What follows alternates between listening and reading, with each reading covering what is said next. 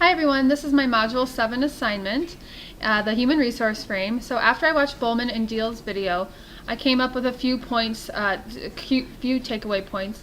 One of them was being that really the Human Resource Frame focuses on the organization as a family, and that each family member brings their own skills, has their own needs, and that the organization works to serve those skills, those needs, focus on teamwork, open decision making, promoting participation.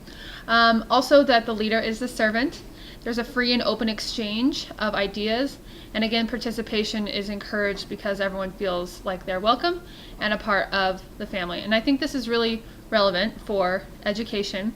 And that being said, as far as my hierarchical structure that I would put into place as the principal, even though the principal should act as a servant to the needs of the family, I did put the principal at the top of the hierarchy, simply because I think that it's the principal's vision that guides everybody else's decisions, guides the students' paths, guides how the community interacts with the school, etc. So I did put the principal at the top. I then put the students underneath of that. We're working for the students and their success in every form, no matter what. So they come first, technically. I think I put the principal first to be the leader for those students, but as far as everything else goes, I really kind of consider the students number one, I guess technically number two. So we're working for the students number one. Then I put the teachers underneath that.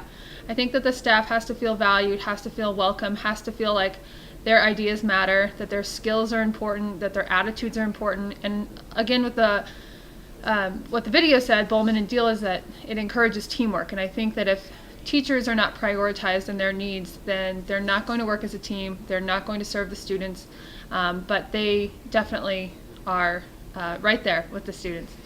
Then there's a whole bunch of other staff members that are all equally important, but if I were to rank them or put them in the hierarchy, I would probably put the office staff next, because they are the face of the school, because they interact a lot with students for graduation, at least in high school level, records, attendance, they run the show. And so I think that having them feel valued, having them prioritized in their needs, helps serve the teachers and the students and the parents, and I think they're a crucial part of education.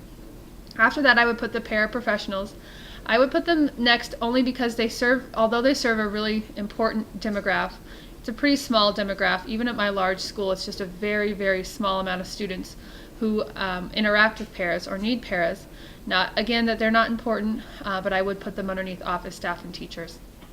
Then comes maintenance, custodians, and cooks. All of them serve a huge purpose, a very valuable role in a school. They keep the school running, they keep the school clean, they keep the school safe, and including food. You know, the cooks are just as valuable as the maintenance staff because they really run the school. They help the students succeed, and their opinions for decisions are important and valuable.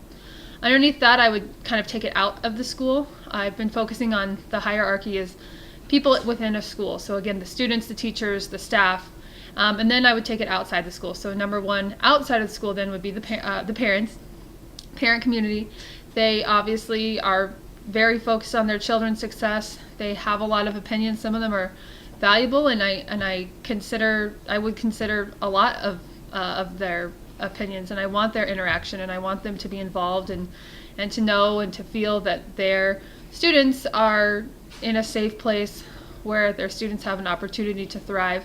And so I think parents offer a unique perspective in that they too have been through school, just like we all have been, and now their students are. And so I think that sometimes we think of parents as being emotional or biased, and of course they are, but I also think that parents can offer some perspective that sometimes people in the education world can not look at or lack that vision for, because they see it from a mothering or a fathering perspective. And I think as a teacher and as a principal, we have some distance between ourselves and the students, and parents, when they don't have that distance between the students, that they have a unique way of looking at things. So I definitely think that they're next. Outside of the school, they're number one. And then of course the community. I want the community in and around my school to be involved, to have pride in the area in which they live, to feel that they would send their own children there, to feel that it's such a positive and encouraging place that they would vote on reform, that they would vote on funding for the schools. And I think that comes a lot with having them involved and having a presence in the community and reaching out to certain business entities when it's necessary and needed, and establishing and forging relationships with community members outside of the school. And then at the bottom, the alumni. The only experience I have with alumni is that my high school recently started a kind of hall of fame, and so every year 10 alumni are recognized at a dinner that our district puts up for all the schools all the high schools in the area. So there's 6 high schools, and so they're all honored every year on one special night. And it's a really great way to reach out to alumni. It's almost like a college where the best and the brightest are recognized for all of the wonderful things they've done, and I think that really promotes the students at our school to say, wow, I can be something, I can do something with my life. And so I think that example shows how important the alumni are and how we can celebrate them.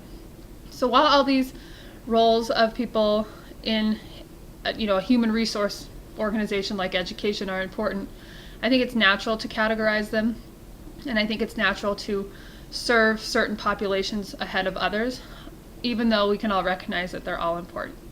Thank you so much. I've really enjoyed this class and learning from all of you. Good luck.